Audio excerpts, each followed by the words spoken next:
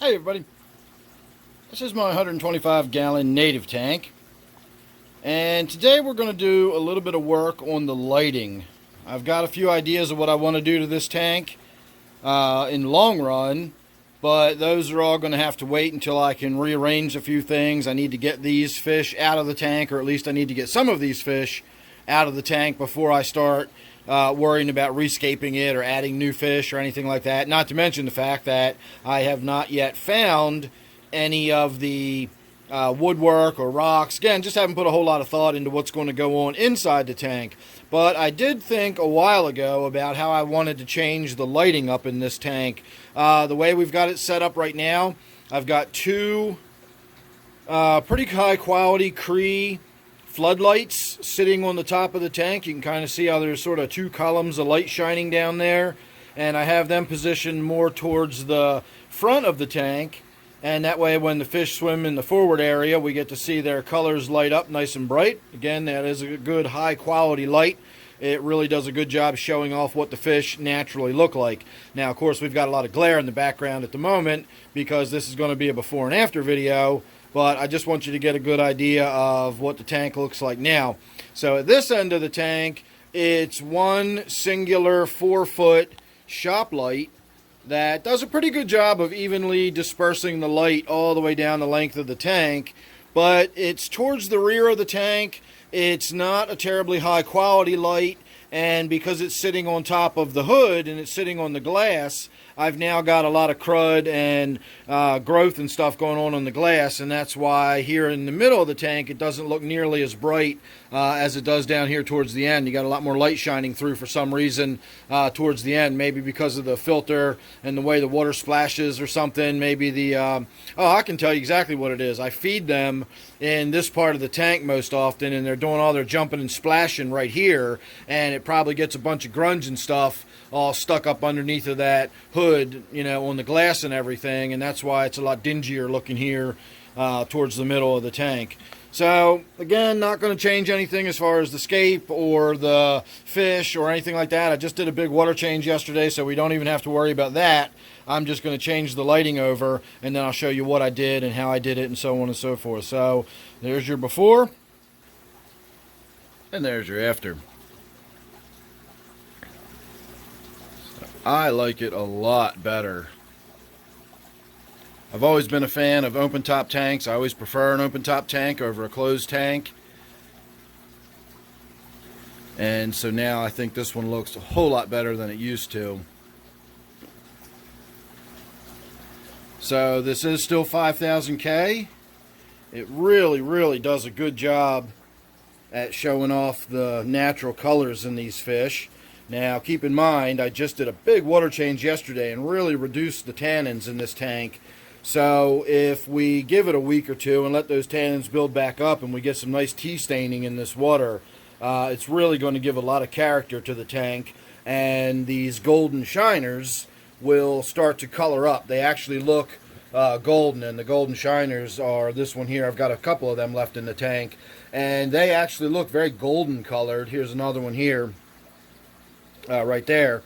When the tannins are in the water, they actually do look a very golden color. So I'm really looking forward to seeing them, because what we're now looking at is 6 of those same spotlights that we had down at this end of the tank, but instead of having them sitting directly on the hood and creating that sort of columns of light type appearance, I have built, I guess what you could call a light bar, and I have hung 6 of them on it. It was actually pretty easy. It was easier than I thought it was going to be. I found a really neat little light socket.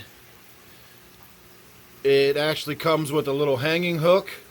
This part unscrews, and then there's just 2 channels. You run your line into it, and when you screw the cap back on, it presses the wires down through a couple pins, and then it's wired in. So I actually just have the 2 bits of wire just stop. I took an old extension cord that had the head cut off of it.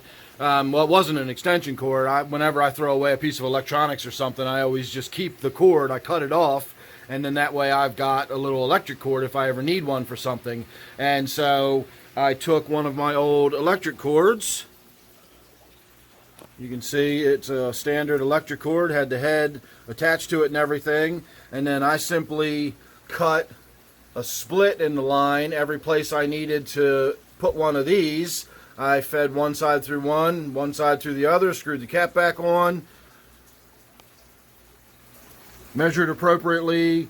I put a little staple in the piece of wood so that the clip is hanging over a piece of staple, and then I plugged it in, and that's it. So we now have 6 of those 5000K Cree LEDs that have that really high color rendering index. And if you're not familiar with the color rendering index, what that is, it's basically a scale that tells you how accurately the light mimics natural sunlight. If you were looking at this under natural sunlight versus what we're looking at it now, how closely would it be? And in this case, it is 90 plus, meaning that it is 90% or more similar to what you would be seeing if we were looking at this if it was just outside on a sunny day. And that is a really high level of accuracy in artificial lighting. So, well, I say artificial lighting. Incandescent lighting, HID lighting, there are types of lighting where you can get a full spectrum natural sunlight type effect. But for LEDs, fluorescents, things like that, the high efficiency lighting, it's not common to have such a high quality light. Although the way technology is going, it's becoming much more common, because as you can see, these are simple floodlights meant to go out in your yard, and yet they've got a 90 plus CRI in them. So I'm really excited about the future of what LED lighting is going to be like. So with all that light and all of that space, because I can lift that bar much higher if I want, I can put some temple plant in here that are growing up and out of the top. What I can do with the woodwork and branches and, you know, simulating fallen trees and that sort of thing in my native tank now is going to be, you know, I've got a whole lot of new options that I never had before. So again, ever since I've thought about changing this tank up, I've already had in mind that it was going to be open top. I don't have any fish in here that are real jumpers, and I'm not really planning on putting any fish in here that are real jumpers.